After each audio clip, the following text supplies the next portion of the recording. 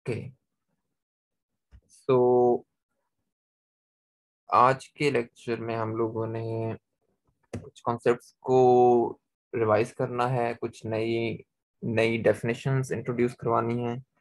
Comparison करेंगे Newton और Einstein's gravity का, और देखेंगे कि फिर हम कैसे फील्ड इक्वेशंस लिख सकते हैं। सोफिया, आपने हैंड रेज किया है, आपका कोई क्वेश्चन है? ना सर, गलती से हो गई। ऑलराइट, ओके, तो लेट्स रीकैप कि अब तक हम लोग लेक्चर 1 से लेक्चर 26 तक क्या करते आए हैं। बहुत ब्रीफली उसको हम रीकैप करते हैं। सो हमने सबसे पहले डिस्कस किया था स्पेस टाइम को, हमने स्पेशल रिलेटिविटी से डिस्कशन स्टार्ट की थी, और हमने न्यूटोनियन मैकेनिक्स को अपग्रेड किया था रिलेटिविटी में, यानी कि स्पेस एंड टाइम को स्पेस टाइम में लेके गए थे, और हमने स्पेस टाइम को as a collection of events describe किया था। सो हमने कहा था कि space time is a collection of events, और उनमें से जो एक इवेंट है उसको आप बेसिकली एक्स म्यू से दिस इज जस्ट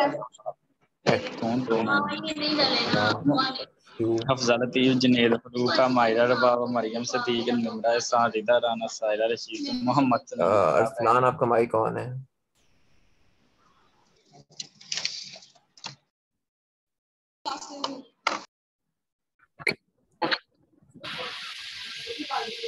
अमन, आपका माइक ऑन है।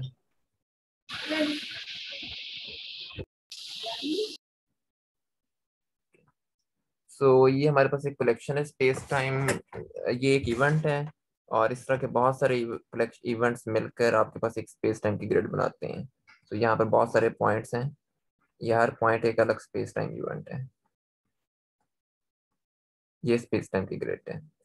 और देन फिर हमने ये बेसिकली कलेक्शन ऑफ इवेंट एक सेट है। देन हमने इस सेट को बाद में एक अपग्रेड किया था जीआर करते वक्त मैनीफोल्ड पे। हमने सेट्स को अपग्रेड किया था मैनीफोल्ड पे, और इस मैनीफोल्ड पे कुछ प्रॉपर्टीज हमने लगाई थी, वो ये थी कि ये जो मैनीफोल्ड होगी ये स्मूथ होनी चाहिए। ये स्मूथ मैनीफोल्ड है, और ये स्मूथ मैनीफोल्ड है, और साथ में बेसिकली 4 डायमेंशनल मैनीफोल्ड है, और ये कंटिन्यूम है, पॉइंट्स का कंटिन्यूम है, कुछ डिस्क्रीट चीज नहीं है ये, इसमें कोई भी पॉइंट एग्जिस्ट कर सकता है सरफेस पे, ये डिस्क्रीट नहीं है। लेकिन इस पे एक बड़ी इंपॉर्टेंट कंडीशन हमने ये लगाई थी कि ये स्मूथ होगी। देन हमने इस मैनीफोल्ड के ऊपर मुख्तलिफ स्ट्रक्चर्स को डेवलप किया था, जैसे वेक्टर्स हैं, वन फॉर्म्स हैं, टेंसर्स हैं, और हमने वन बाय वन इन सारे स्ट्रक्चर्स को बिल्डअप किया, और असल में हमने बात की थी कि स्ट्रक्चर्स उसमें फील्ड्स हैं।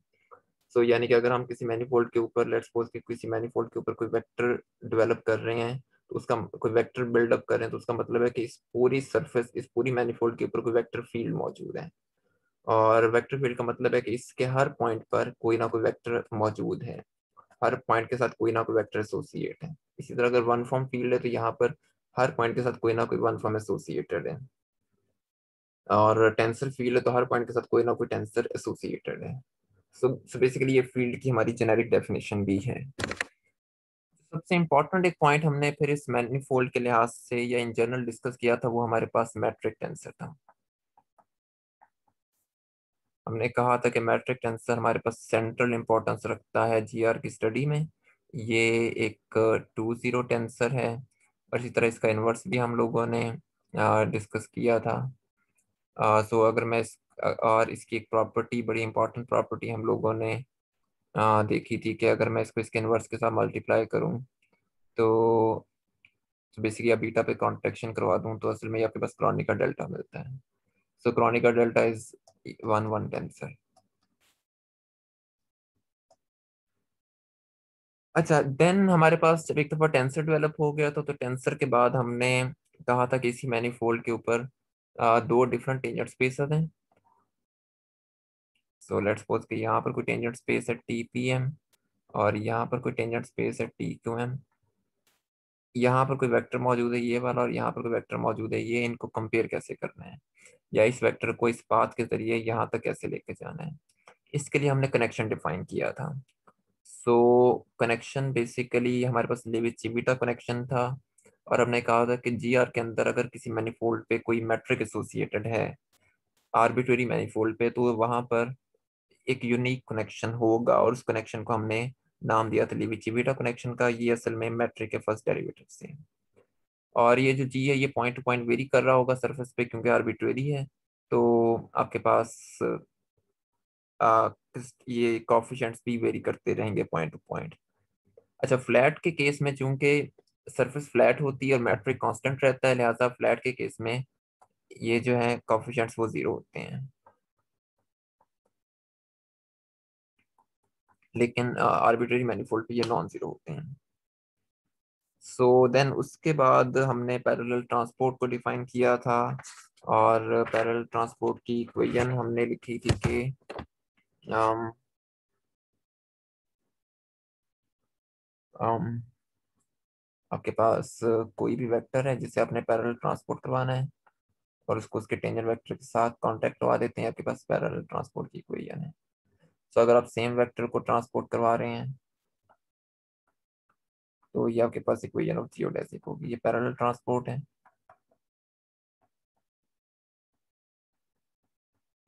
और ये आपके पास इक्वेशन ऑफ जियोडेसिक है। जियोडेसिक वो सबसे शॉर्टेस्ट पाथ होता है जो, सॉरी, फ्लैट स्पेस टाइम है, जियोडेसिक बेसिकली शॉर्टेस्ट डिस्टेंस होता है दो पॉइंट्स के दरमियान, लेकिन आर्बिट्रेरी मैनिफोल्ड पे ये पाथ मैक्सिमल हो सकता है, मैक्सिमल होगा यानी कि ये, सॉरी, ये एक्सट्रीमल होगा यानी कि ये मैक्सिमल भी हो सकता है और ये मिनिमल भी हो सकता है। अलबत्ता यहाँ पर हमने एक और इम्पोर्टेंट काम ये किया था कि हमने पार्शियल डेरिवेटिव को अपग्रेड करवाया था कोवेरिएंट डेरिवेटिव पर, क्योंकि हमने देखा था कि पार्शियल डेरिवेटिव असल में, सो लेट्स उसको मैं किसी अल्फा पे, क्योंकि हमने देखा था कि पार्शियल डेरिवेटिव एक टेंसर क्वांटिटी नहीं है, जिसकी वजह से हमारा पूरा स्ट्रक्चर खराब हो रहा था, तो हमने इसको अपग्रेड करवाया था, हाँ, कोवेरिएंट डेरिवेटिव फॉर्म में। और कोवेरिएंट डेरिवेटिव देन हमारे पास एक एक टेंसर क्वांटिटी बनी थी। सो देन ये सारा कुछ करने के बाद फाइनली हम लोग इस पोजीशन में थे कि कर्वेचर को डिफाइन करवा सकें। सो लेट्स सपोज कि इस मैनीफोल्ड के ऊपर मैं, जब मैंने इन दो वेक्टर्स को कंपेयर करना है, इस पॉइंट पी पर और इस पॉइंट क्यू पर, तो अब ये कंपेयर कैसे किया जाएगा, ये कंपेयर करने के लिए मुझे इस वेक्टर को उठा के यहाँ से यहाँ तक लेके जाना पड़ेगा। लेकिन हमने देखा था कि आर्बिट्रेरी मैनीफोल्ड पे जब ये ट्रैवलिंग करते हैं, ये ट्रांसपोर्टेशन करते हैं, तो वेक्टर की शेप चेंज हो जाती है। सो जैसे उसमें हमने एक टू स्फीयर कंसीडर किया था, और देन उसको हमने मुख्तलिफ पाथ के थ्रू पहुंचाया था यहाँ पर, और फिर हमने देखा था कि अगर कोई वेक्टर इस तरीके से मौजूद है तो डिफरेंट पाथ पर वो डिफरेंट डायरेक्शन दे रहा है इस पॉइंट तक पहुंचने में। अब इनका जो डिफरेंस आ रहा था, ये डिफरेंस असल में इंडिकेट कर रहा है कि कर्वेचर है, और इस कर्वेचर को फिर हमने रिमान कर्वेचर टेंसर के जरिए आइडेंटिफाई किया था। हमने कहा था कि ये कनेक्शन कोएफिशिएंट्स के फर्स्ट डेरिवेटिव्स हैं, या ये मैट्रिक के सेकंड डेरिवेटिव्स हैं। और ये हमारे लिए इंपॉर्टेंट पॉइंट इसलिए भी था क्योंकि हम पहले देख चुके थे कि जब हम लोकल इनर्शियल फ्रेम्स की बात करते हैं तो हम आर्बिट्रेरी मैनीफोल्ड को लोकली फ्लैट बना लेते हैं, लेकिन मसला वहां पर पड़ता है कि उसके जो सेकंड डेरिवेटिव्स आते हैं मैट्रिक के, 20 नॉन जीरो कंपोनेंट्स बचते हैं, जिन्हें हम किसी भी तरीके से जीरो नहीं कर सकते। तो और हमने ये देखा था कि इस आर के भी जो सारी सिमेट्री से इनकॉर्पोरेट करने के बाद जो total number of non zero components बनते हैं वो इस आर के भी 20 ही बचते हैं।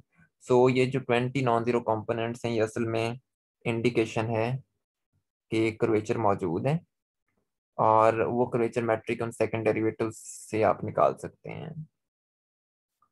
सो ये सारा काम हमने अब तक किया था। अब हमारे पास, अगर मैं इस पूरी चीज को हिस्टोरिकली सम अप करूं तो समरी हमारे पास कुछ ये बनती है कि हमने सबसे पहले सेट्स डिफाइन किए थे, सेट के बाद हम लोगों ने मैनीफोल्ड को डिफाइन किया, मैनीफोल्ड के बाद हमने इनके ऊपर टेंसर फील्ड्स को डिफाइन किया, टेंसर फील्ड के बाद हमने मैट्रिक यहाँ पर लिखा, और मैट्रिक के बाद हम लोगों ने कनेक्शन कोएफिशिएंट्स डिफाइन, कनेक्शन को डिफाइन किया, कनेक्शन के बाद हम लोगों ने कर्वेचर लिखा लास्ट लेक्चर में, और अब हमने आखिरी लेक्चर में बेसिकली ग्रेविटी की इक्वेशंस लिखनी जिन्हें हम आइंस्टाइन फील्ड इक्वेशंस कहते हैं।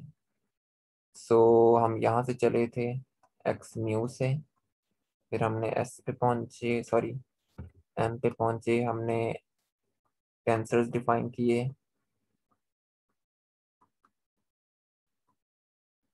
देन हमने जी डिफाइन किया, यहाँ से हमने कनेक्शन कोएफिशिएंट्स डिफाइन किए, और देन हमने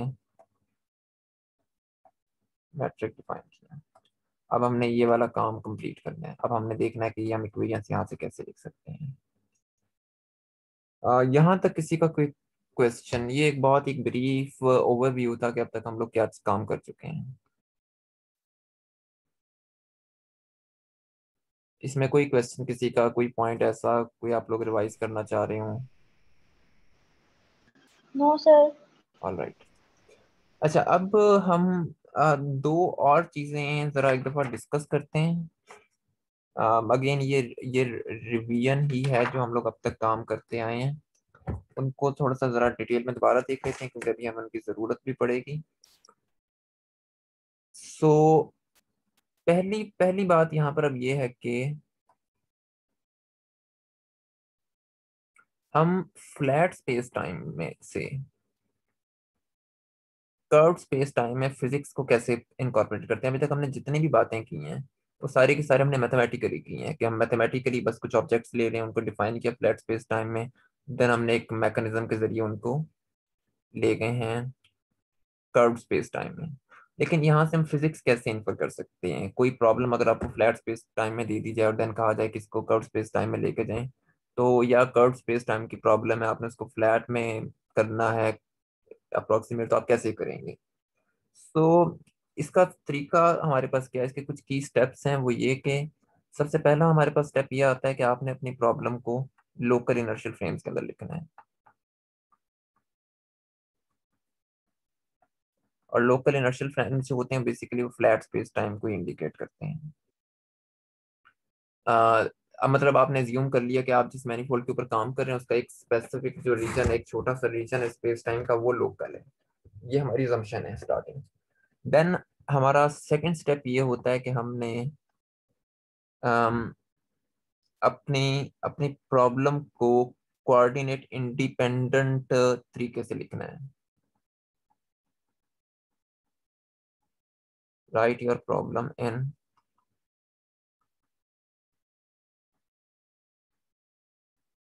कोऑर्डिनेट इंडिपेंडेंट। और वो कौन सी क्वांटिटीज ऐसी हैं जो कोऑर्डिनेट इंडिपेंडेंट होती हैं? टेंसर्स। सो आपने अपनी जितनी भी चीजें उनको टेंसर की फॉर्म में लिखना है। सो लेट्स सपोज के इस तरीके से कोई हमने लॉ लिख लिया। अब मुझे पता है कि अगर मैं इस लॉ को किसी भी फ्रेम ऑफ रेफरेंस में लेके चला जाऊँ, कोई भी कोऑर्डिनेट सिस्टम चूज करूँ, इसके कंपोनेंट्स और इसके बेसिस वेक्टर्स तो तब्दील होंगे लेकिन इसकी फॉर्म तब्दील नहीं होगी। ये हर हालत में यही इक्वेशन रहेगी, चाहे जो मर्जी आपके पास फ्रेम ऑफ रेफरेंस हो, चाहे जो मर्जी कोऑर्डिनेट सिस्टम हो। तो क्योंकि सारी क्वांटिटीज टेंसर्स हैं और टेंसर्स तमाम फ्रेम्स में एक जैसे रहते हैं, बेसिकली यही वो स्पेशल रिलेटिविटी का पोस्टुलेट है जिसको आप एफएससी से पढ़ते आ रहे हैं कि all laws of physics remain same in all inertial frame of references. So हम कोई भी प्रॉब्लम उसको किसी लोकल इनर्शियल फ्रेम में लिखते हैं और देन हम उसको टेंसर फॉर्म में लिख देते हैं, विच मीन्स कि ये लॉज तमाम लोकल इनर्शियल फ्रेम्स के अंदर सेम रहते हैं।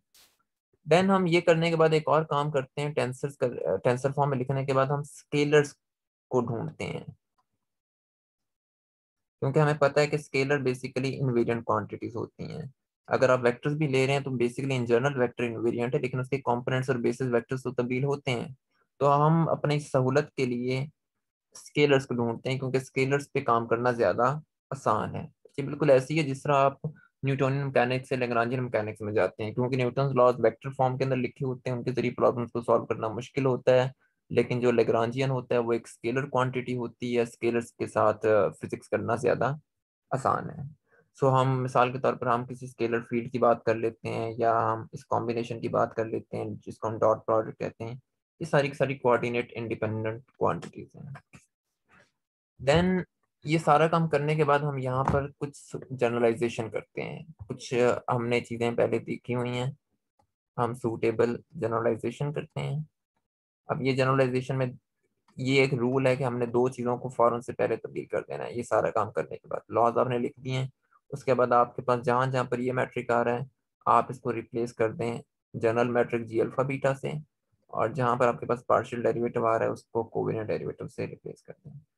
तो बेसिकली इस चीज़ को कहा जाता है मिनिमल कपलिंग। ये वो सबसे ये सबसे डायरेक्ट काम है जो हम कर सकते हैं लॉज को फ्लैट से कर्व स्पेस टाइम में लेके जाने के लिए। अच्छा, इसकी एक मिसाल देख लेते हैं साथ ही कि वो मिसाल कैसे होगी। सो लेट्स सपोज कि आप फ्लैट स्पेस टाइम में मौजूद हैं, आपके पास कोई फ्री पार्टिकल है, वो मूव कर रहा है, आप उसकी मोशन को डिस्कस करना चाह रहे हैं। अब फ्री पार्टिकल वो होता है जो जिसके ऊपर कोई एक्सटर्नल फोर्स अप्लाई ना हो रही हो। सो लेट्स सपोज कि ये एक पाथ है, इसके ऊपर कोई फ्री पार्टिकल मूव कर रहा है और ये कोई इसका टेंजेंट वेक्टर है, मैंने कर्व को पैरामीटराइज किया हुआ है और मैं इसकी मोशन को देखना चाह रहा हूँ। क्योंकि ये फ्री पार्टिकल है तो इसके ऊपर किसी किस्म का एक्सेलरेशन नहीं, इसके ऊपर किसी किस्म की फोर्स नहीं लग रही होगी। अगर आप न्यूटन लॉ से भी देखें तो F is equal to M में, तो कोई फोर्स नहीं लग रही, तो लिहाजा A is equal to zero हो जाएगा। अगर ये तो बेसिकली ये चीज बनेगी डी स्क्वायर एक्स ओवर, नीचे कोई पैरामीटर आएगा। क्योंकि मैंने इस कर्व को लैम्डा से पैरामीटराइज किया हुआ तो इसलिए मैं यहाँ पर ये लगा देता हूँ। तो लैम्डा कोई अफीन पैरामीटर है। ये पैरामीटर प्रॉपर टाइम भी हो सकता है जो कि न्यूटोनियन मैकेनिक्स में हम इसको ऐसे लिखते हैं। सो लेकिन हमने देखा था कि जब हम इन जनरल बात कर रहे होते हैं तो फिर हम यहाँ पर कोई भी पैरामीटर ले लेते हैं, लेकिन स्पेस टाइम के केस में एक बड़ी ही अच्छी चॉइस जो होती है ये न्यूटोनियन मैकेनिक्स का टाइम है, लेकिन स्पेस टाइम के अंदर हम यहाँ पर टॉ यूज करेंगे प्रॉपर टाइम, क्योंकि रिलेटिविटी के अंदर टी और टॉ में फर्क है। सो लेट्स सी के अब इस इक्वेशन को हम कैसे लेके जा सकते हैं आर्बिट्रेरी मैनीफोल्ड में कर्व्ड स्पेस टाइम के अंदर।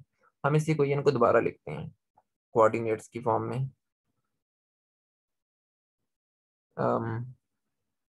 सॉरी, इसका डेरिवेटिव वाला करके लिख देते हैं, ये चीज बन गई। अब इसे लिखते हैं कोऑर्डिनेट इंडिपेंडेंट, इसको इसको कोऑर्डिनेट्स की टर्म्स में लिखते हैं। तो फिर ये आपके पास इक्वेशन आ जाएगी tangent vector partial over partial x beta you alpha is equal to zero. So अगर आपके पास यहाँ पर टाइम आ रहा हो तो फिर लैम्डा की जगह आप सिंपल टाइम को रिप्लेस करते हैं, that doesn't make any difference. So ये अब इक्वेशन आपके पास बन गई u beta partial beta you alpha is equal to zero. ये आपके पास न्यूटोनियन मैकेनिक्स के अंदर या फ्लैट स्पेस, ये बेसिकली फ्लैट स्पेस टाइम है आपके पास फ्री पार्टिकल की मोशन की इक्वेशन है। यहाँ पर ये भी टेंसर है लेकिन ये टेंसर नहीं है। तो अब ये काम करने के लिए हम क्या करेंगे, कर्व्ड स्पेस टाइम में जाने के लिए आपने सिंपली इसको रिप्लेस कर देना है नेबुला के साथ। तो ये आपके पास इक्वेशन बन जाएगी U beta nebula beta alpha is equal to zero. इसको एक्सपेंड कर लें। सो हम U beta partial beta you alpha plus beta gamma alpha U gamma is equal to zero, या इसे डेरिवेटिव्स की फॉर्म में लिखना चाहें तो आपको पता है कि यू अल्फा असल में D x alpha over D lambda होता है।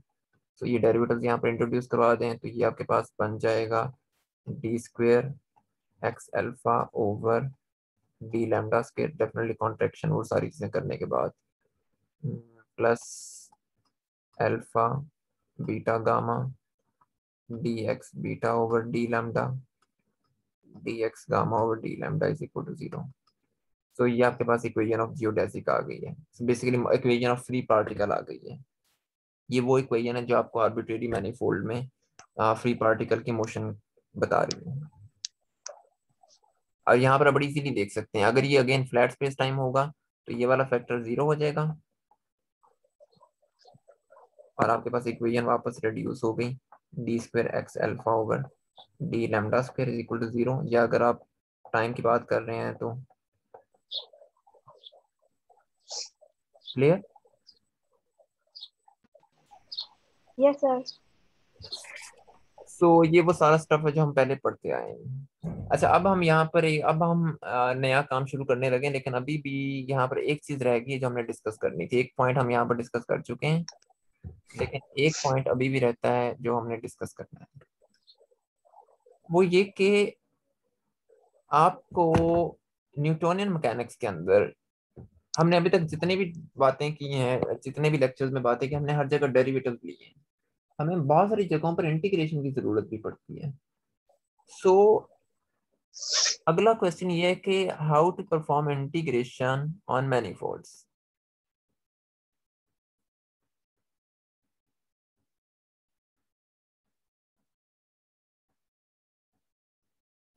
मतलब अगर आपने एक्सेलरेशन से वेलोसिटी निकालनी है, तो जैसे यही काम है।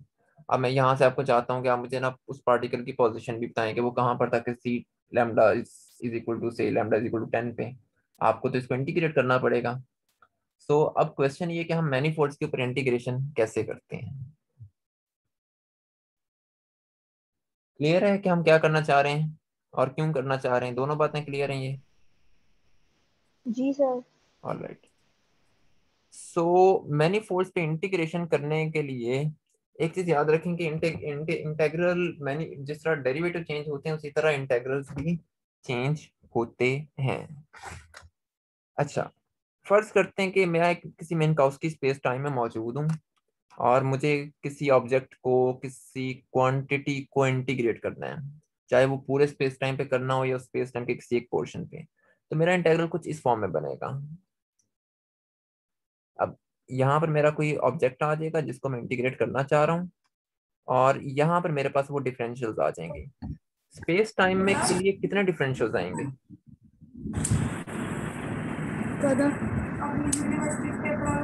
जी, सर 4। 4। यहाँ पर आएगा d4x। अब ये जो d4x है, ये आपके पास टाइम पे इंटीग्रेट हो रहा है, x पे हो रहा है, y पे हो रहा है, और नहीं नहीं z पे। बड़े नहीं झूठा सारा अल्लाह पाक की कसम है। यही चीजें सारी रिकॉर्डिंग में भी आ जाती हैं अल्लाह के बंदों।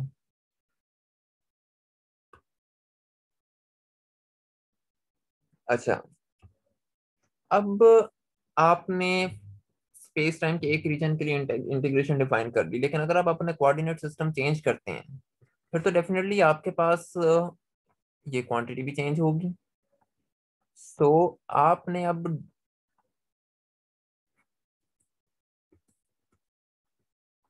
एक कोऑर्डिनेट सिस्टम से किसी दूसरे कोऑर्डिनेट सिस्टम में कैसे जाना है।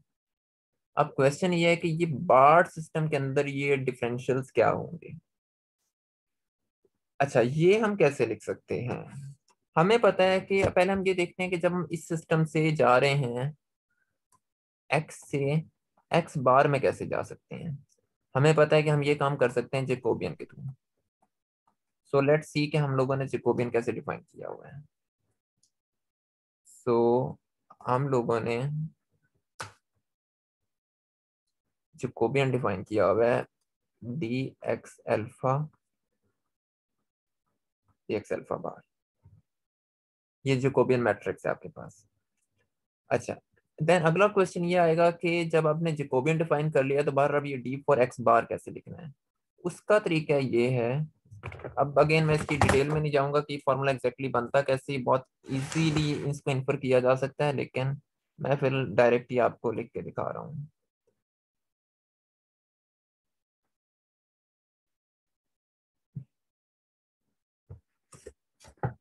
सॉरी,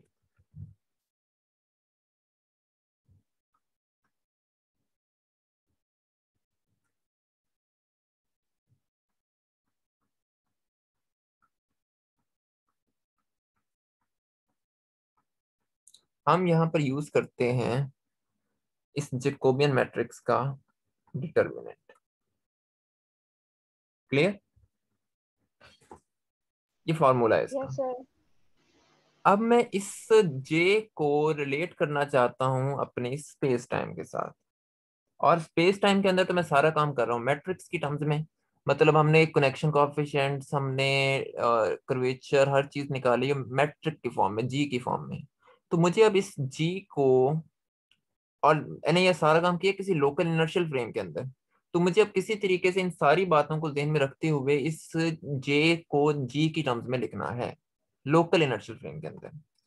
अब आप ये बात हम लोग पहले भी कर चुके हैं किसी लेक्चर में कि लोकल इनर्शियल फ्रेम के अंदर जी आपके पास बराबर होता है जे का ट्रांसपोज ईटा जे। ठीक है, ये हमने की हुई ये बात पहले। Yes sir. अब दोनों तरफ ले लें डिटर्मिनेंट। यहां पर आपके पास आ जाएगा determinant of J transpose, determinant of eta, determinant of J. अच्छा, डिटर्मिनेंट मैट्रिक की प्रॉपर्टी है कि उसके ट्रांसपोज और उसका डिटर्मिनेंट और उसके ट्रांसपोज का डिटर्मिनेंट दोनों बराबर होते हैं। ये मैट्रिक्स की प्रॉपर्टी है। देन आपके पास रह गया ईटा। ईटा का डिटर्मिनेंट क्या होगा? ईटा आपको पता है -1 1 1 1 होता है। अब आपने लेना है इसका डिटर्मिनेंट। सो ये बेसिकली -1 है और यहाँ पर सिर्फ आइडेंटिटी मैट्रिक्स है, इसका डिटर्मिनेंट लेना है। या आप चेक कर सकते हैं इसका डिटर्मिनेंट -1 आता है। और डायगोनल मैट्रिक्स का डिटरमिनेंट लेने का बड़ा सीधा सा तरीका है, एक शॉर्टकट तरीका ये होता है कि आपने इन सबको मल्टीप्लाई कर दें सारे एलिमेंट्स को। So it is -1 into +1 into +1 into +1, ये जो भी आंसर आएगा ये इसका डिटर्मिनेंट होगा। तो अब ये फॉर्म बन गई आपके पास। अच्छा, एक अब यहाँ पर जी और जी के डिटर्मिनेंट का एक ही सिंबल है। तो अब अपने ध्यान रखना है, अगर मैं जी अल्फा बीटा लिख रहा हूँ फिर मैं मैट्रिक की बात कर रहा हूँ, अगर मैं जी लिख रहा हूँ तो फिर मैं उसका डिटर्मिनेंट कह रहा हूँ। सो ये डिटर्मिनेंट ऑफ जी असल में सिंपली जी के जरिए रिप्रेजेंट किया जाता है। सो ये बन गया minus determinant of J square. So यहां से आप लिख सकते हैं determinant of J is equal to square root of -g. लिहाजा अब आपके पास d4x बन गया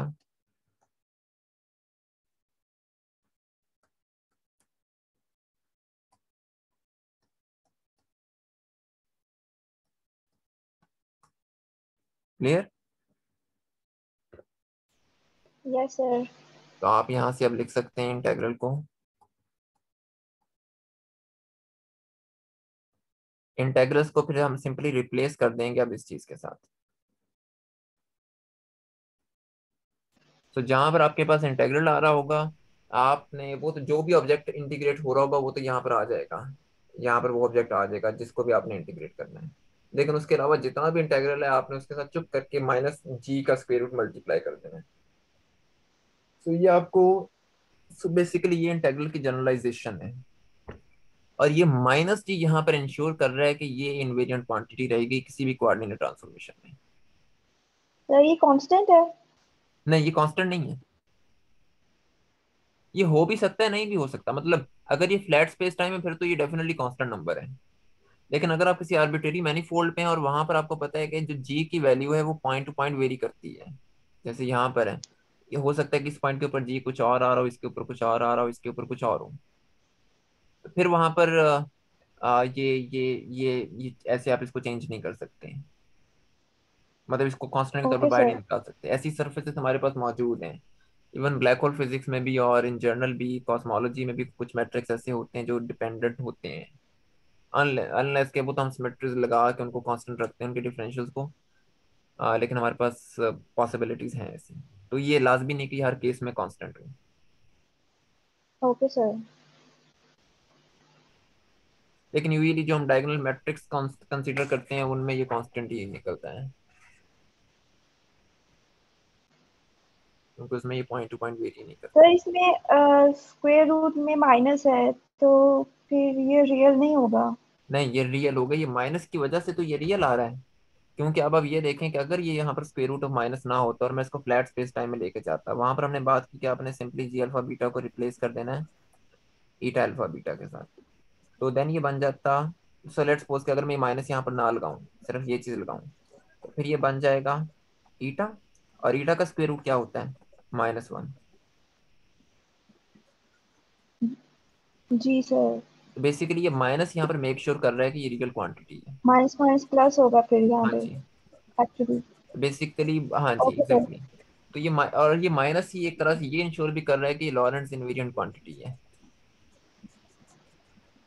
ओके सर, ठीक है। ऑल राइट, सो ये काम करने के बाद हम बस एक दफ़ा और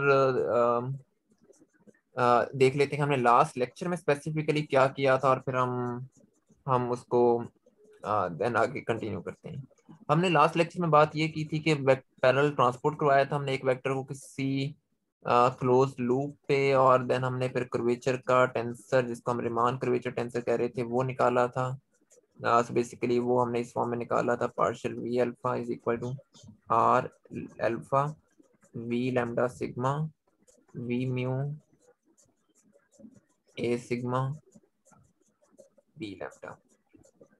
और ये जो आर है ये बेसिकली कोएफिशिएंट्स और उनके फर्स्ट डेरिवेटिव से मिलकर बने हैं। और हमने कहा था कि इसके जितना भी इसके अंदर कर्वेचर मौजूद है वो सिर्फ इस एक टेंसर के अंदर होता है। ये टेंसर असल में कर्वेचर की मेजरमेंट है, और इसके टोटल 20 इंडिपेंडेंट कंपोनेंट्स हैं जो कर्वेचर की इंफॉर्मेशन प्रोवाइड करते हैं। तो इसकी डिटेल में जाने की जरूरत तो नहीं ना है? No sir. ऑलराइट,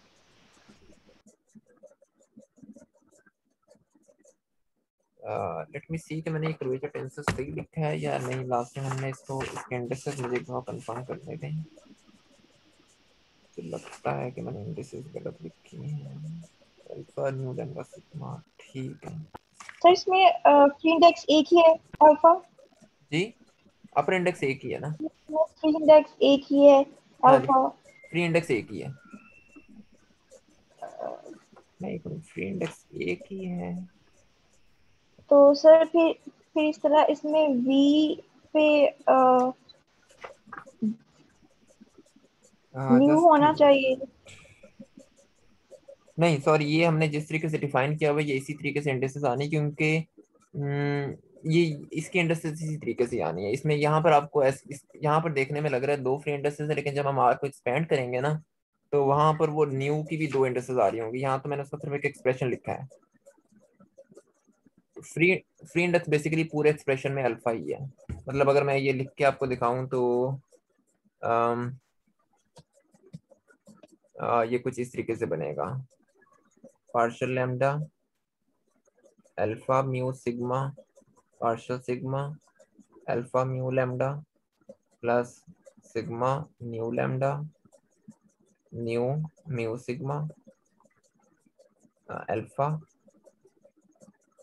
एक अल्फा मिस कर दिया हमने, यहाँ पर भी अल्फा आना है, अल्फा न्यू सिग्मा और देन न्यू और mu lambda V mu A sigma B lambda. अब देखें फ्री इंडेक्स सिर्फ आपके पास एक ही है। Yes sir, alpha. हाँ जी, एग्जैक्टली। क्योंकि अगर मतलब वो वरना क्योंकि हमारी कंडीशन ये होती है कि लेफ्ट और राइट साइड दोनों भी फ्री इंडेक्स बराबर होनी चाहिए। अगर ये न्यू भी फ्री इंडेक्स होती तो फिर वो एक्सप्रेशन ही गलत होता, फिर तो इक्वेशन ही गलत है। जी सर। सो अब हम इसको इस्तेमाल करके कुछ और क्वांटिटीज डिफाइन करते हैं। सबसे पहले हम अभी मैं सिर्फ इनको डिफाइन करूंगा, अभी हमें थोड़ी देर में देखेंगे कि ये क्वांटिटीज कहाँ पर इस्तेमाल हो रही हैं और हमने क्यों डिफाइन किया। सो हम डिफाइन कर लेते हैं रिची टेंसर को। रिची टेंसर क्या है? कॉन्ट्रैक्शन है रिमान कर्वेचर टेंसर की। Contraction of Riemann curvature tensor on an appropriate index। So depend करता है कि आप कौन सी इंडेक्स को कॉन्टेक्ट करवा रहे हैं। सो लेट्स सपोज कि मैं पहली और तीसरी इंडेक्स को कॉन्टेक्ट करवाता हूँ, तो आर अल्फा बीटा, ये डेफिनेशन है इसकी, म्यू अल्फा म्यू बीटा। सो मैंने पहली और तीसरी इंडेक्स को कॉन्टेक्ट करवा दिया, उनको सेम कर दिया है। सो ये आपके पास आर अल्फा बीटा आ गया। ये चीज़ रिची टेंसर है। और रिची टेंसर की एक और प्रॉपर्टी है कि ये भी सिमेट्रिक होता है। अच्छा, इसमें और भी कॉन्ट्रैक्शंस करवाई जा सकती हैं। मिसाल के तौर पर आप पहली और चौथी इंडेक्स को कॉन्ट्रैक्ट करवा सकते हैं, म्यू अल्फा बीटा म्यू, तो देन ये आपके पास बन जाएगा R mu alpha mu beta और माइनस आर अल्फा बीटा। और ये परमुटेशन आपको देखनी पड़ेंगी कि रिची टेंसर की मैट्रिक्स के अकॉर्डिंग कि क्या बनती हैं इनमें चीजें। बहरहाल इसमें जितनी भी आप कॉन्ट्रैक्शन पॉसिबल होंगी, मतलब जितनी भी आप कॉन्ट्रैक्शन करवाएंगे वो या तो आपको 0 देंगी, ऑल कॉन्ट्रैक्शंस आर इधर 0 और plus minus R alpha beta. अच्छा, रिची टेंसर में चूंकि 2 इंडेक्सेस हैं तो इसमें टोटल नंबर ऑफ कंपोनेंट्स कितने होंगे? 4⁻², 16। Yes sir. तो 16 है तो इसमें इंडिपेंडेंट कंपोनेंट्स कितने होंगे फिर? 10। 10। कर्वेचर टेंसर में टोटल इंडिपेंडेंट कंपोनेंट्स कितने थे?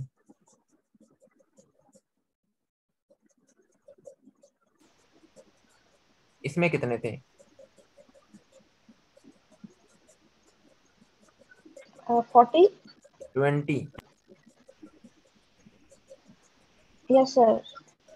तो उन 20 में से जो 10 कंपोनेंट्स हैं वो असल में रिची टेंसर में होते हैं और 10 कंपोनेंट्स कहीं और होते हैं। ठीक है। Yes sir. ओके। अच्छा, अब इसके बाद हम एक और क्वांटिटी डिफाइन कर देते हैं जिसको हम कहते हैं रिची स्केलर।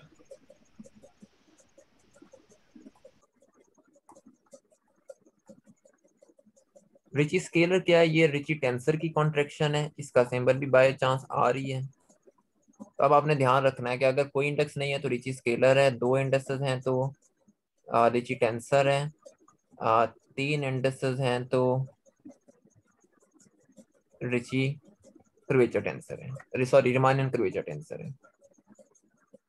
सो यहाँ पर अलबत्ता हम कॉन्ट्रैक्शन कर देते हैं दोनों इंडेक्सेस पर। ये आपके पास आ गया, सॉरी ये आपके पास रिची स्केलर बन गया। और रिची स्केलर के कितने कंपोनेंट्स होंगे?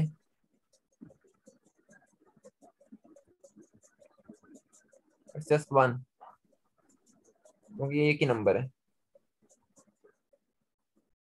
अच्छा, देन हम इस रिची स्केलर को रिप्रेजेंट कर सकते हैं कर्वेचर टेंसर की फॉर्म में भी। So g alpha beta, R alpha beta, R alpha beta को आप इसके एक इंडेक्स रेज करें, या जो हमने भी डेफिनेशन इसकी लिखी थी, म्यू अल्फा म्यू बीटा, और इस म्यू को भी नीचे ले आते हैं। नीचे लाने के लिए यहाँ पर एक और टेंसर से मल्टीप्लाई करवाना पड़ेगा, तो रो अल्फा म्यू बीटा। क्लियर? हम सिर्फ इंडेक्स से ऊपर नीचे कर रहे हैं और कुछ भी नहीं कर रहे। Yes sir. All right, then sir बस ला सर जी, आ रहा है कंटेंट पे। सॉरी आ रहा है। आर।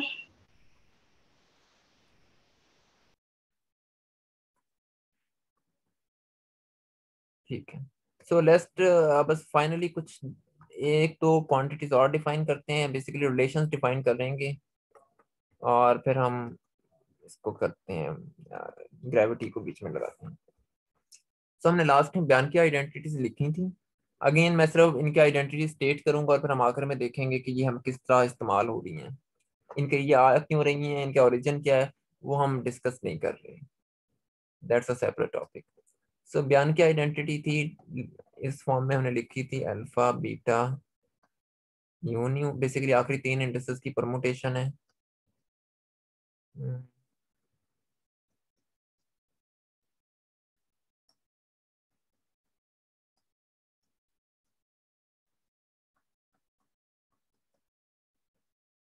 अब हमने करना यह है कि इस बयान की आइडेंटिटी के ऊपर किसी मैट्रिक को अप्लाई करवा देना है, पूरी चीज यहाँ पर लगा देनी है और इसको सिंप्लीफाई करना है। सो मैं यहाँ से सिर्फ एक ही टर्म लेता हूँ, let's do this for second term, और बाकी फिर आप उसके लिहाज से खुद कर सकते हैं। सेकेंड टर्म ले लेते हैं। सेकेंड टर्म आपके पास आ रही है जी alpha mu nu R alpha beta lambda mu nu alpha mu. इसको क्योंकि जी कांस्टेंट है उसको अंदर भी ले जाएं तो फर्क नहीं पड़ेगा। वजह क्या है? क्योंकि मैट्रिक कंपैटिबिलिटी के थ्रू इसका डेरिवेटिव 0 होगा। ठीक है, यस सर। और आप लोग देख सकते हैं किस तरीके से वो सारी बातें बार बार इस्तेमाल हो रही हैं जो हम पढ़ते आ रहे हैं। मतलब कोई भी चीज ऐसी नहीं जिसको भूलने की गुंजाइश हमारे पास हो। सो बहरहाल अब आपने इसको कॉन्ट्रैक्ट करवा देना। इंडिसेस को कॉन्ट्रैक्ट करवाने के बाद ये फॉर्म कुछ ये बनी। अब देख लें यहाँ पर क्या कॉन्ट्रैक्शन हो रही है। मैं डायरेक्ट चीजें लिखता जा रहा हूँ, आपको पता है ये सारी बातें। लैम्डा म्यू अल्फा कॉन्ट्रैक्ट हो गया वहां पर। अच्छा, और हम यहाँ पर थोड़ा सा और काम ये करते हैं कि इंडिसेस को भी स्विच कर देते हैं। तो ये बन गया R mu beta mu lambda. तो फाइनली आपके पास ये रिजल्ट आया। अल्फा म्यू के साथ जब आपने सेकंड टर्म को कॉन्ट्रैक्ट करवाया है तो alpha beta lambda mu is just equal to minus mu. यहाँ पर फिर ये म्यू म्यू कॉन्ट्रैक्ट हो रहा है तो ये आपके पास बन गया आर बीटा लैम्डा। ठीक है,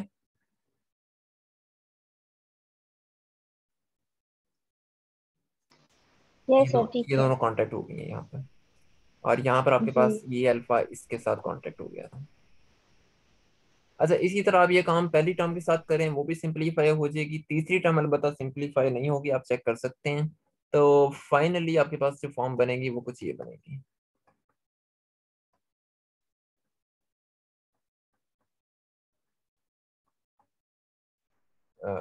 सॉरी, न्यू, ये पॉजिटिव के साथ आएगी पहली टर्म। दूसरी टर्म हमने ये निकाली, और ये चौथी टर्म, तीसरी टर्म आपके पास सिंपली यही बनेगी, ये कॉन्ट्रैक्ट नहीं होगी। ये आप खुद भी ट्राई कर सकते हैं। इंटरनेट पे भी बहुत से लोगों ने इसके प्रूफ्स किए हुए हैं, ये आप देख सकते हैं अगर आपको खुद करने में मसला आ रहा हो तो।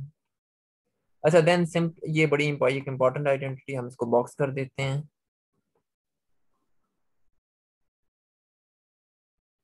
और देन एक काम हम लोग और करते हैं कि इसको दोबारा कॉन्ट्रैक्ट करवाते हैं, और फिर ये एक और बड़ी इंपॉर्टेंट आइडेंटिटी बन जाएगी, कॉन्ट्रैक्ट अगेन।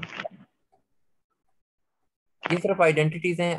अगेन मैं बार बार ये बात कह रहा हूँ कि अभी हम इनकी फिजिक्स नहीं देख रहे कि आइडेंटिटीज आज कैसे रही, हम सिर्फ इनको स्टेट करते जा रहे हैं। हम अभी इनको इस्तेमाल करेंगे।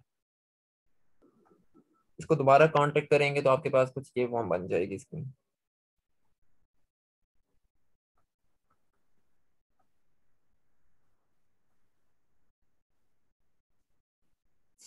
ये भी एक बड़ी इंपॉर्टेंट फॉर्म बन गई है। देन इसको भी मैं दोबारा से कर देता हूँ बॉक्स में।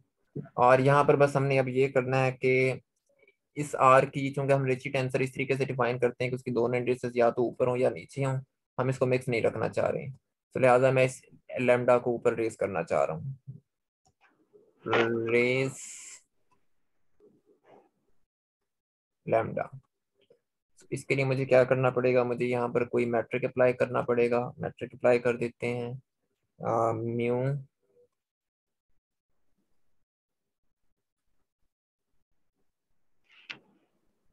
और डेल्टा लैम्डा आर। ये चीज बन गई म्यू और म्यू अल्फा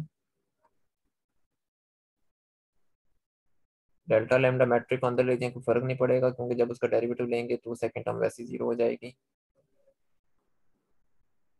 अच्छा, अब यहाँ पर मुझे बताएं कि लेफ्ट हैंड साइड पे फ्री डमी इंडेक्स कौन सी है?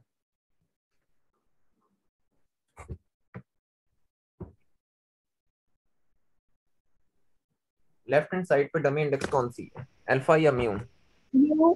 म्यू। राइट हैंड साइड पे कौन सी है? लैम्डा। लैम्डा।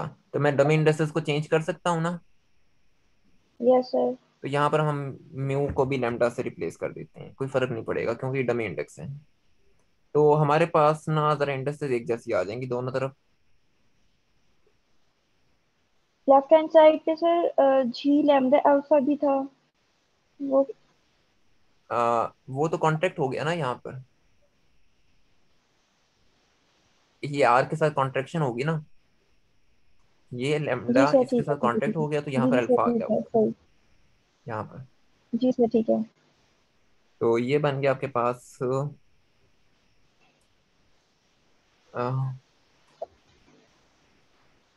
डेल्टा लैम्डा, मैं इसको बार बार डेल्टा कह रहा हूँ, आपको पता है ये नेबुला है असल में।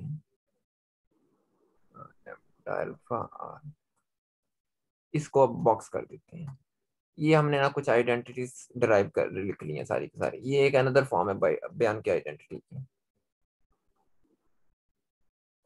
ये हमने जितनी भी आइडेंटिटीज बॉक्स की हैं ये असल में बयान की आइडेंटिटीज की मुख्तलिफ फॉर्म्स है, कॉन्ट्रैक्टेड फॉर्म्स हैं। क्योंकि हमने रिची पहली आइडेंटिटी तो कर्वेचर टेंसर की फॉर्म में थी, तो जारी बात उसके बाद हमने रिची टेंसर डिफाइन किया तो उसकी फॉर्म में लिख ली, और देन फिर हमने उसको रिची स्केलर की टर्म्स में भी लिख लिया। तो ये सिर्फ बयान की आइडेंटिटीज की डिफरेंट फॉर्म्स हैं। इसको मैंने कोई इक्वेशन ए कह देता हूँ, ये हमारे काम आएगी सर में। यहाँ तक क्लियर होगी बात? Yes sir. कोई क्वेश्चन, कोई कंफ्यूजन आप लोगों को अब तक जो हमने किया उसमें हो? मुझे पता है बहुत सारी कंफ्यूजन हो रही होंगी,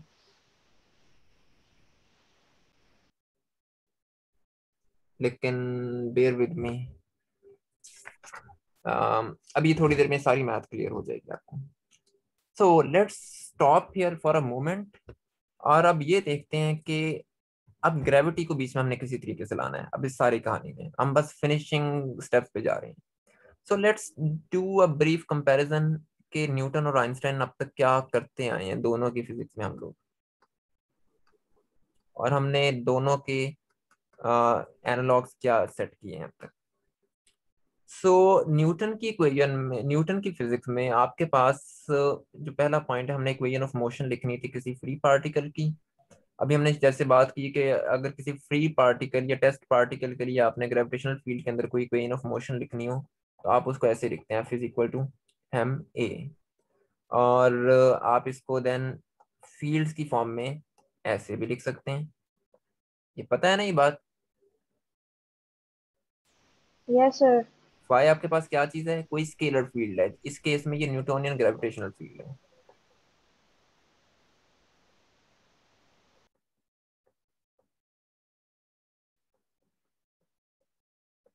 और डेल्टा यहाँ पर अब कोवेरिएंट डेरिवेटिव नहीं है, ये ग्रेडियंट ऑपरेटर है।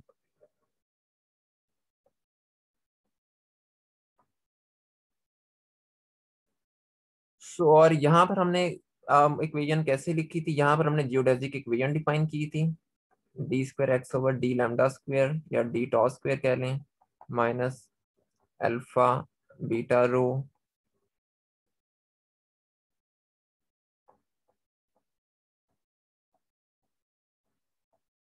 ठीक है। यहाँ पर आप इस यस तरीके से सर। इमेजिन कर सकते हैं कि इसकी जो लेफ्ट हैंड साइड है वो एक तरह का एक्सेलरेशन है न्यूटोनियन रेजिम में, अगर आप उसको कंपेयर करना चाहते हैं न्यूटन इक्वेशन के साथ। तो बेसिकली ये एम ए है, तो ये किसी तरह का एक्सेलरेशन है इसकी जो लेफ्ट हैंड साइड है। और ये जो राइट हैंड साइड है ये कोई किसी फील्ड के तौर पर एक्ट कर रही होगी, या आप ये कह लें कि जो डेल्टा फाइज हैं वो असल में एक्ट कर रहे हैं इस कोएफिशिएंट की तरह, तो इस लेविटी कनेक्शन की तरह। अगर आप कंपेयर करना चाहते हैं तो आप इस तरीके से कर, मैसेज तो चूंकि दोनों तरफ कैंसिल हो रहे हैं इसलिए मैंने उनकी बात ही नहीं की। So you can say this is like A and this is like delta five. ये एग्जैक्टली ऐसे नहीं है, बट हम अगर कंपेयर करना ही चाह रहे हैं तो हम कह सकते हैं, ठीक है। Yes sir. सेकंड पॉइंट अब हमारे पास क्या है? सेकंड पॉइंट में हमने यहाँ पर डिफाइन किया था फाई, फील्ड को कैलकुलेट करने के लिए ये आपके पास ग्रेविटेशनल पोटेंशियल है। हम अगर आपको यहाँ पर आपने क्लासिकल मैकेनिक्स में और बाकी जगहों पर देखा होगा कि अगर आपको ये फील्ड दे दी जाए, पोटेंशियल दे दिया जाए, तो बाकी सारी क्वांटिटीज निकाली जा सकती हैं। और इम्पॉर्टेंट बात यह है कि ये सिर्फ एक स्केलर फंक्शन है। हम जी आर में यही काम कर रहे हैं मैट्रिक टेंसर से, कि अगर हमें मैट्रिक टेंसर दे दिया जाए तो हम हर चीज वहां से कैलकुलेट कर सकते हैं।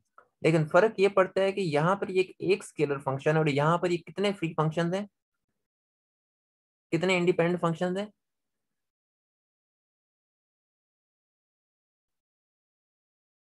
हम्म, जी, सर किसमें? इस जी में कितने इंडिपेंडेंट फंक्शंस हैं? जी अल्फा बीटा में हाँ जी 10। 10 एग्जैक्टली। तो न्यूटोनियन मैकेनिक्स में आप ग्रेविटी को रिप्रेजेंट कर रहे हैं एक स्केलर फंक्शन से, जबकि जीआर में आप उनको रिप्रेजेंट कर रहे हैं 10 फ्री फंक्शंस के साथ। क्लियर? ये यस एक और सर। फर्क है यहाँ पर। तीसरी चीज जो न्यूटन की इक्वेशन ऑफ मोशन है,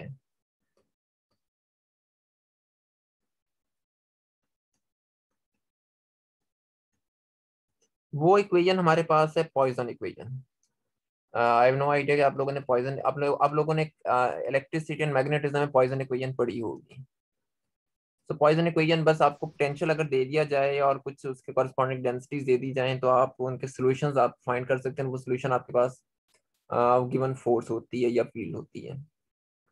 सो इसको हम यहाँ पर ग्रेविटी के लिए इस तरीके से लिख सकते हैं, delta square phi is equal to 4πg रो।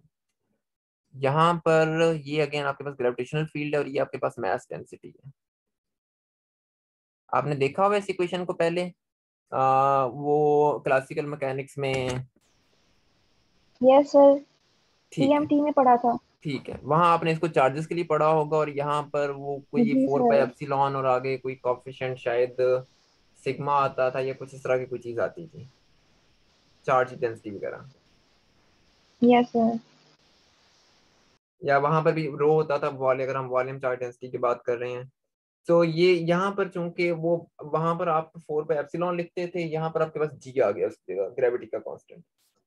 अब अगला क्वेश्चन ये है कि यहाँ पर आपके पास इसका मुतबादल क्या है, ये अभी तक अननोन है। ये मुतबादल हमारे पास आइंस्टाइन की फील्ड इक्वेशन है। अब हमने अब देखना है कि हम ये फील्ड इक्वेशन यहाँ से कैसे लिख सकते हैं।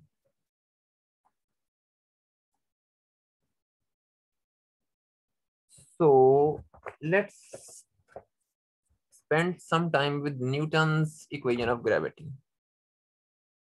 इसको दोबारा से लिखता हूं, डेल्टा स्क्वायर फाई। अब इसमें इसकी लेफ्ट हैंड साइड और राइट हैंड साइड पर हम थोड़ा सा गौर करते हैं कि क्या क्या चीजें आ रही हैं।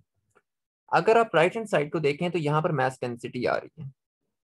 ठीक है, रो जो है वो बेसिकली मास डेंसिटी है, लेकिन रिलेटिविटी के अंदर मास और एनर्जी सेम चीजें हैं। ऐसे ही है। Yes sir. आपको राइट हैंड साइड पर कोई एक ऐसी चीज चाहिए जो कि जिसके अंदर मास और मतलब अगर तो मास ग्रेविटेट कर रहा है तो फिर एनर्जी भी ग्रेविटेट करेगी। और न्यूटन मैकेनिक्स में ऐसा नहीं होता। न्यूटन मैकेनिक्स में आपको सिर्फ मास की जरूरत पड़ती है, आपको यहाँ पर एनर्जी की जरूरत नहीं पड़ती, क्योंकि क्योंकि मैसलेस पार्टिकल्स के लिए रो की वैल्यू वैसे ही जीरो हो जाती है। लेकिन हमने देखा है कि ग्रेविटी तो फोटोन को भी अपनी तरफ अट्रैक्ट कर रही है, फोटोन को भी ग्रेविटेट करवा रही है। इसीलिए तो वो उनका जो जियोडेसिक पाथ होता है वो स्ट्रेट नहीं रहता, स्पेस टाइम की वजह से चेंज हो जाता है। ठीक है, यस सर। तो इसका मतलब है कि हमें यहाँ पे एक ऐसा फंक्शन चाहिए जिसके अंदर मास भी इंक्लूड हो, जिसके अंदर एनर्जी भी इंक्लूड हो। सो यहाँ पर क्वेश्चन ये है हमारे पास, how to generalize row.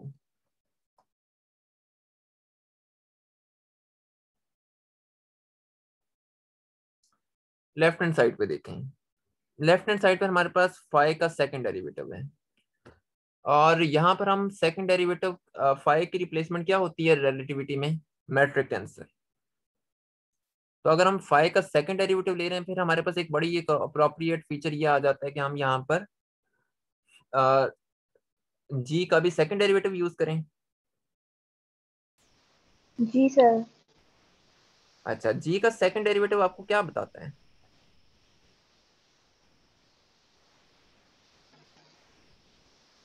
Curvature. ऐसे ही है।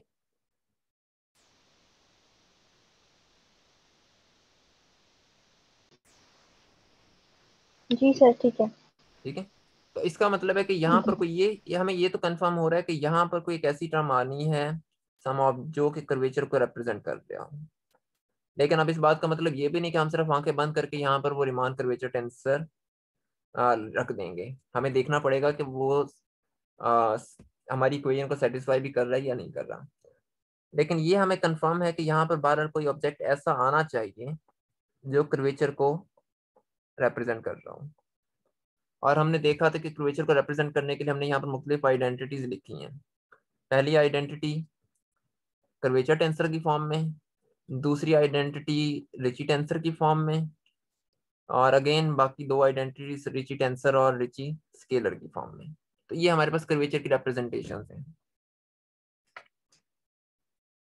अच्छा, अब हम दोबारा, अब ये यहाँ पर इतना मसला भी नहीं पड़ेगा हमें लेफ्ट हैंड साइड पे, हमें ज्यादा इशू है राइट हैंड साइड का, क्योंकि अभी तक हमारे पास ऐसी कोई चीज नहीं है जो राइट हैंड साइड पर काम दे सकते हैं। लेकिन राइट हैंड साइड पर हमने हमने एक क्वांटिटी डिफाइन की हुई है जिसके अंदर एनर्जी इंक्लूड है और मास भी इंक्लूड है। याद है आपको ये?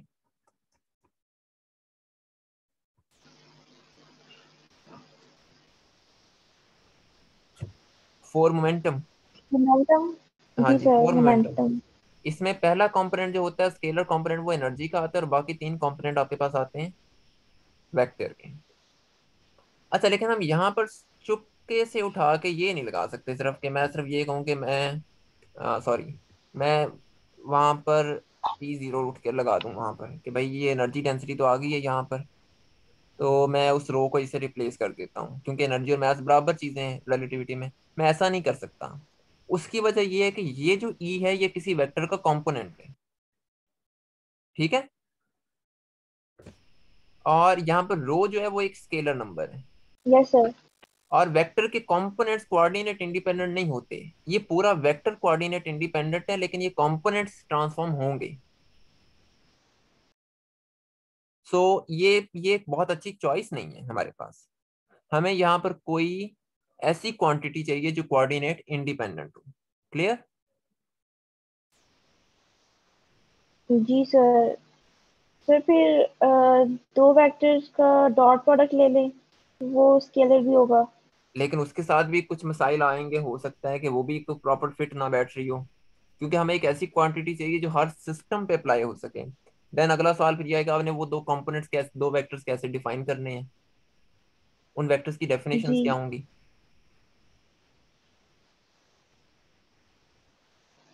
और क्या आप जी दो सर, ठीक है। दो सेम वेक्टर लेंगे? यस सर, सेम सेम लेंगे मोमेंटम की, तो वो अच्छा, स्केलर क्वांटिटी आएगी। हाँ स्केलर क्वांटिटी आएगी, बिल्कुल ठीक है। और लेकिन उसमें मास लेकिन और हमें फिर ये भी ध्यान में रखना एनर्जी। होगा कि क्या इस सूरत में ये quantity law of conservation of energy और मोमेंटम को तो वायलेट नहीं करेगी? हो सकता है कि कर ले। सर हो सकता है। अच्छा, सो बहरहाल ये इसकी ये डेफिनेटली ये सारे ऑप्शंस हम कंसीडर कर सकते हैं। लेकिन मैं फिलहाल इस बात को नहीं डिस्कस करूंगा कि इन ऑप्शंस के साथ मसला क्या है। मैं यहाँ पर सिंपली एक क्वांटिटी अब डिफाइन करने लगा हूँ, और हम अगले लेक्चर में उसके बारे में कुछ और चीजें देखेंगे। तो लोगों ने सारे काम किए हुए हैं और उन्होंने ना एक बड़ी एक जनरलाइज क्वांटिटी डिफाइन करके रख दी है हमारे सामने, जिसको हम स्ट्रेस एनर्जी टेंसर कहते हैं। अभी मैं सिर्फ इसको डिफाइन करूंगा, और अगले लेक्चर में हम ना इसकी इसकी कुछ मुख्तलिफ सिस्टम्स के लिए इसकी फॉर्म्स को डिस्कस करेंगे। इसको डिफाइन कैसे करते हैं? ये टी अल्फा बीटा है, ये सेकंड रैंक का टेंसर है, इसको टी से डिनोट किया जाता है। और इसको डिफाइन हम ऐसे करते हैं कि flux of alphath momentum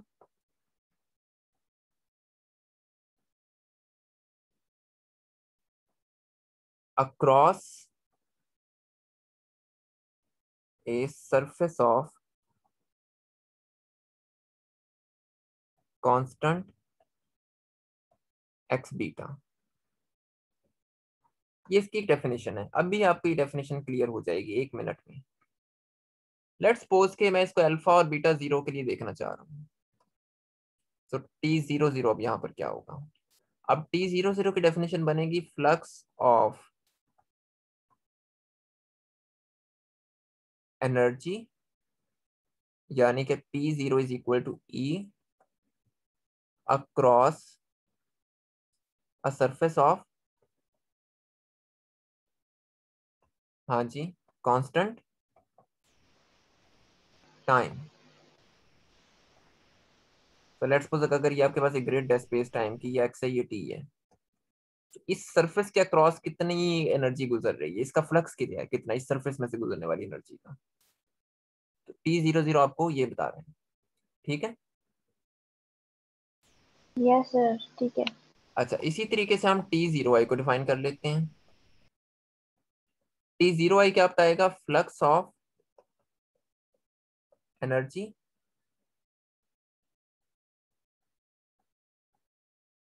across a surface of constant i, यानी कि xi, कि यहां से कितना फ्लक्स गुजर रहा है। तो इसको हम सिंपली कह सकते हैं, अच्छा यहाँ पर मैं एक और लाइन भी लिख दूं, इस चीज को हम फिर नाम देंगे एनर्जी डेंसिटी का। ये हमारे पास एनर्जी डेंसिटी है सिंपली, या एनर्जी पर यूनिट टाइम। जी कोई क्वेश्चन? No sir. और इसको हम नाम देंगे simply energy flux across I. अच्छा चलें अब अगली क्वांटिटी देख लेते हैं, एक और कॉम्बिनेशन Ti0। ये क्या होगा, flux of ith momentum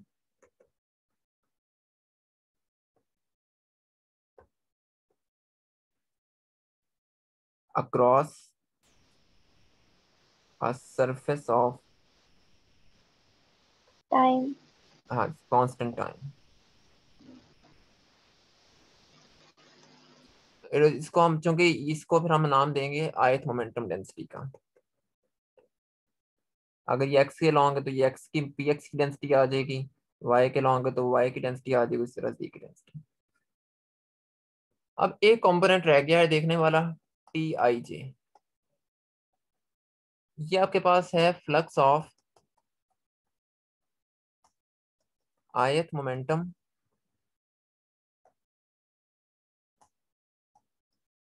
across a surface of constant j, यानी कि xt। इसको हम नाम दे सकते हैं momentum flux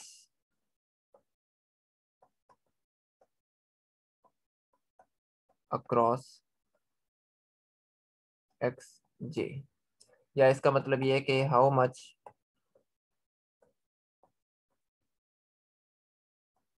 momentum is passing through given surface. ठीक है, यस सर। अभी थोड़ी सी डेफिनेशन आपको अब्सर्ड लग रही होंगी कि मोमेंटम के गुजरने का क्या मतलब, लेकिन एक चीज ध्यान में रखें कि रिलेटिविटी में मोमेंटम और एनर्जी एक ही चीज के कंपोनेंट्स हैं। तो ये थोड़ा सा अब आपको इन चीजों का ध्यान रखना पड़ेगा। ये क्वांटिटी शायद आपको पहली दफा पढ़ने में देखने में थोड़ी अजीब लग रही हो कि मोमेंटम का फ्लक्स क्या है, मोमेंटम की लाइंस फिर कैसी होंगी, लेकिन चूंकि रिलेटिविटी में एनर्जी और स्ट्रेस में ज्यादा सॉरी एनर्जी और मोमेंटम एक ही चीज के कंपोनेंट्स हैं, तो लिहाजा ये सेम चीजें हैं। अच्छा इस चीज को हम स्ट्रेस कहते हैं। आप देखें बाकी जितने भी हमने क्वांटिटीज डिफाइन की उनमें कहीं ना कहीं एनर्जी मौजूद है या जीरो कंपोनेंट मौजूद है, इसलिए वो सारे के सारे एनर्जी के कंपोनेंट्स हैं। और ये वाला जो कंपोनेंट है ये बेसिकली स्ट्रेस का कंपोनेंट है।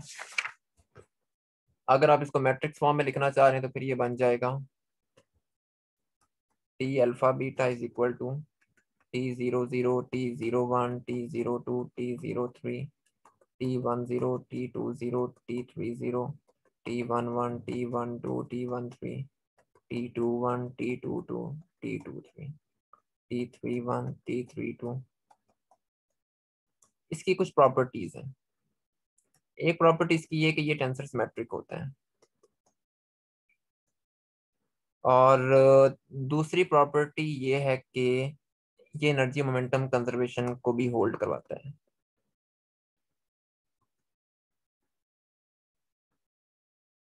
एनर्जी मोमेंटम कंजर्वेशन को होल्ड करवाने का क्या मतलब है कि इसका डेरिवेटिव ले लें,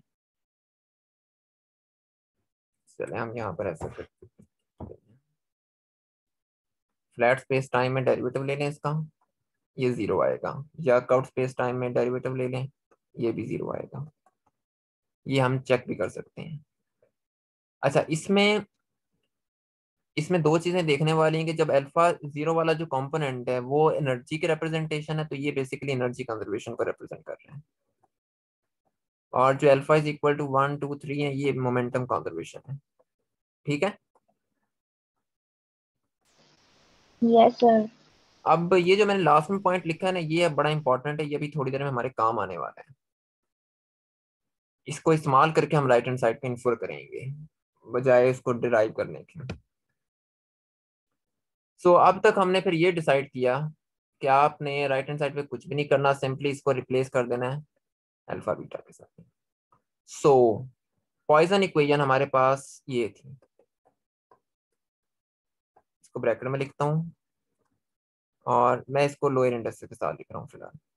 डजंट मैटर, आप ऊपर कर ले नीचे लिख लें, वो फर्क नहीं पड़ता। अगर आप दोनों साइडों पे चेंज करें so then it doesn't make any difference. Sorry sorry sorry sorry sorry sorry, मुझे यहाँ पर अभी रो लिखना था। सो अब तक के मुताबिक हमने ये नतीजा निकाला है कि यहाँ पर कोई फंक्शन होना चाहिए जिसमें मैट्रिक के सेकंड डेरिवेटिव्स आ रहे हो, कर्वेचर होना चाहिए, ये दरमियान वाला नंबर कोई कांस्टेंट है, पता नहीं ये रिलेटिविटी में जीआर में सेम रहता है या नहीं रहता, इसलिए मैं इसको कापा कह देता हूँ। और यहाँ पर हम मुझे पता है कि यहाँ पर कोई अल्फा बीटा आना है। ठीक है, ओके अब सर। यहाँ पर हम क्या क्या कर चुके हैं ये हमने भी फाइंड करना है। नीड टू फाइंड, ये क्या है, आर्बिट्ररी कांस्टेंट, ये हम बेसिकली हम नेक्स्ट क्लास में फाइंड करेंगे ये कांस्टेंट। और ये चीज क्या है, ये प्रॉपर्ली जनरलाइज हो चुकी है।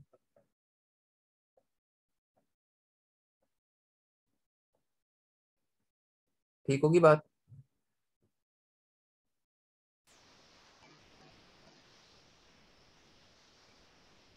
लेफ्ट हैंड साइड पे कितनी इंडेक्सेस आ रही हैं, right hand side sorry right hand side पे कितनी इंडेक्सेस आ रही हैं? दोनों साइड्स पे सर 2 हैं, अल्फा एंड बीटा। हाँ, राइट हैंड साइड पे 2 इंडेक्सेस हैं, तो इसका मतलब है लेफ्ट हैंड साइड पर भी जो क्वांटिटी आनी चाहिए उसमें कितनी इंडेक्सेस होनी चाहिए? 2। 2। और ये क्वांटिटी किसको रिप्रेजेंट कर रही है, कर्वेचर को या किस चीज को? कर्वेचर को ही। कर्वेचर को। कर्वेचर के लिए कौन सा टेंसर ऐसा है जिसमें 2 इंडेक्सेस हैं?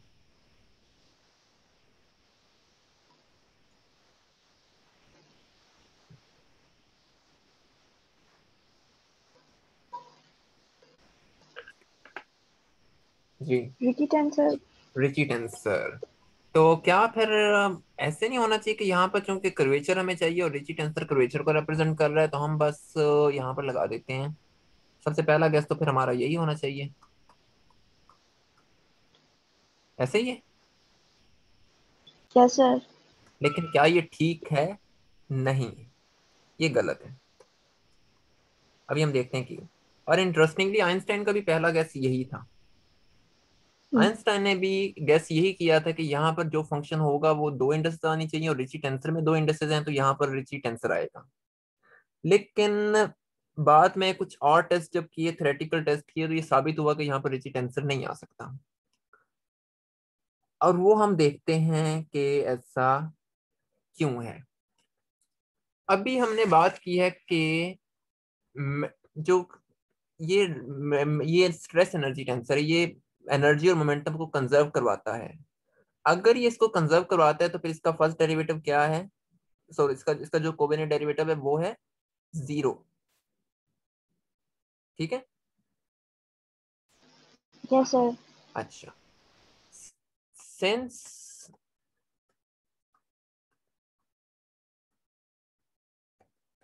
तो फिर होना ये चाहिए कि इस रिची टेंसर का भी फर्स्ट डेरिवेटिव क्या होना चाहिए, और कोवेरिएंट डेरिवेटिव क्या होना चाहिए? 0। ऑलराइट, अभी देख लेते हैं कि अभी हमने क्या निकाला है, ऊपर फाइंड किया है।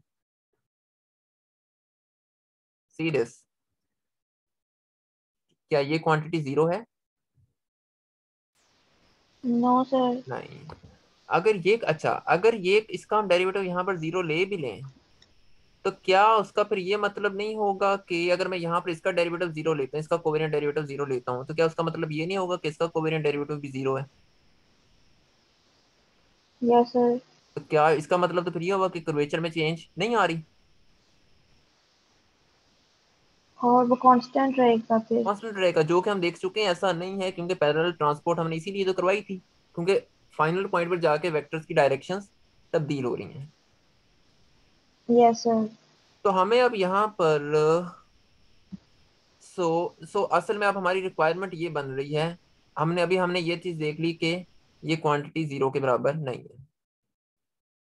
सो चले हम री राइट, अब अपने ऊपर जो हमने इक्वेशन लिखी है उसको दोबारा लिखते हैं अपर इंडस्ट्रीज के साथ। री राइट विद रेज्ड इंडिसेस। ये चूंकि दोनों तरफ रेज कर रहा हूँ इसलिए कोई मसला नहीं है। और देखते हैं कि ये इक्वेशन हमें क्या बता रही है। दोनों तरफ कोवेरिएंट डेरिवेटिव ले लें।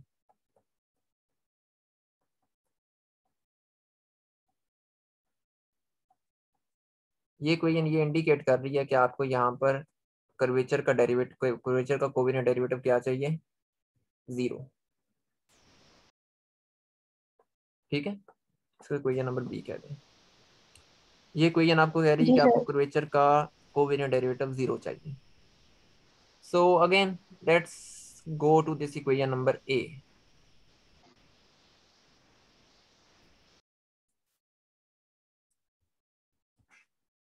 जो हमने लिखी थी।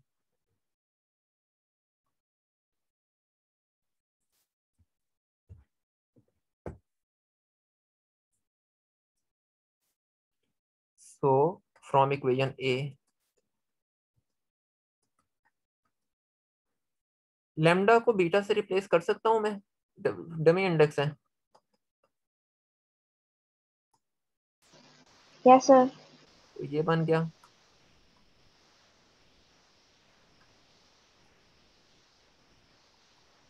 अच्छा, ये चूंकि डेफिनेटली एक सिमेट्रिक क्वांटिटी, तो मैं इंडेक्सेस को भी स्विच कर सकता हूँ।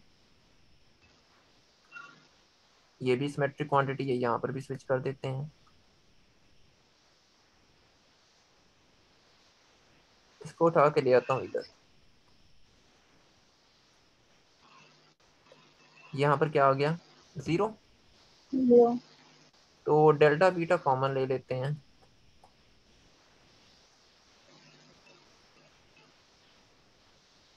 ये जो क्वांटिटी अब यहाँ पर लिखी हुई है इस ब्रैकेट में, क्या ये कर्वेचर को रिप्रेजेंट कर रही है?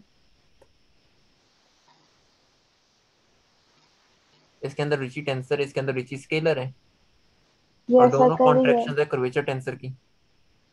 जी। और इसका फर्स्ट डेरिवेटिव भी जीरो हो रहा है, सॉरी इसका कोवेरिएंट डेरिवेटिव भी जीरो हो रहा है। हो रहा है ना? Yes sir. तो क्या मैं इस क्वांटिटी को फिर यहाँ पर लिख सकता हूँ अपनी इस इक्वेशन में, जिसको मैं अब नाम क्या दूं? किधर गई ये वाली इक्वेशन? इसको मैं ना चले इसको मैं कह देता हूँ इक्वेशन नंबर वन कह देता हूँ। तो फिर मैं क्या यहाँ पर सॉरी, बल्कि मुझे ये भी नहीं कहना चाहिए, मुझे ये कहना चाहिए कि क्या मैं फिर यहाँ पर इस फंक्शन की जगह ये चीज लगा सकता हूँ, ये ब्रैकेट वाली चीज। Let me call this G alpha beta. क्या मैं लगा सकता हूँ? Yes sir. क्योंकि जब मैं इसका डेरिवेटिव लूंगा दोनों साइड पर, मेरी इक्वेशन क्या थी दोबारा से देख लेते हैं। हमने इक्वेशन ये लिखी थी, F of G alpha beta kappa T alpha beta. और जब हम यहाँ पर कोवेरिएंट डेरिवेटिव ले रहे थे तो ये फंक्शन जीरो हो जाता था। तो हमें यहाँ पर भी एक ऐसी क्वांटिटी चाहिए थी जिसका हम जब कोवेरिएंट डेरिवेटिव लें तो आंसर क्या है, जीरो। और हमने देखा था कि यहाँ पर ये वाली क्वांटिटी ऐसी है जिसका अगर हम कोवेरिएंट डेरिवेटिव लें तो आंसर क्या आता है, जीरो। ठीक जीरो। है, तो क्या मैं इसको रिप्लेस कर सकता हूँ फिर यहाँ पर इसके साथ, सॉरी तो क्या मेरे पास फिर फाइनल इक्वेशन ये नहीं बन जाएगी, आर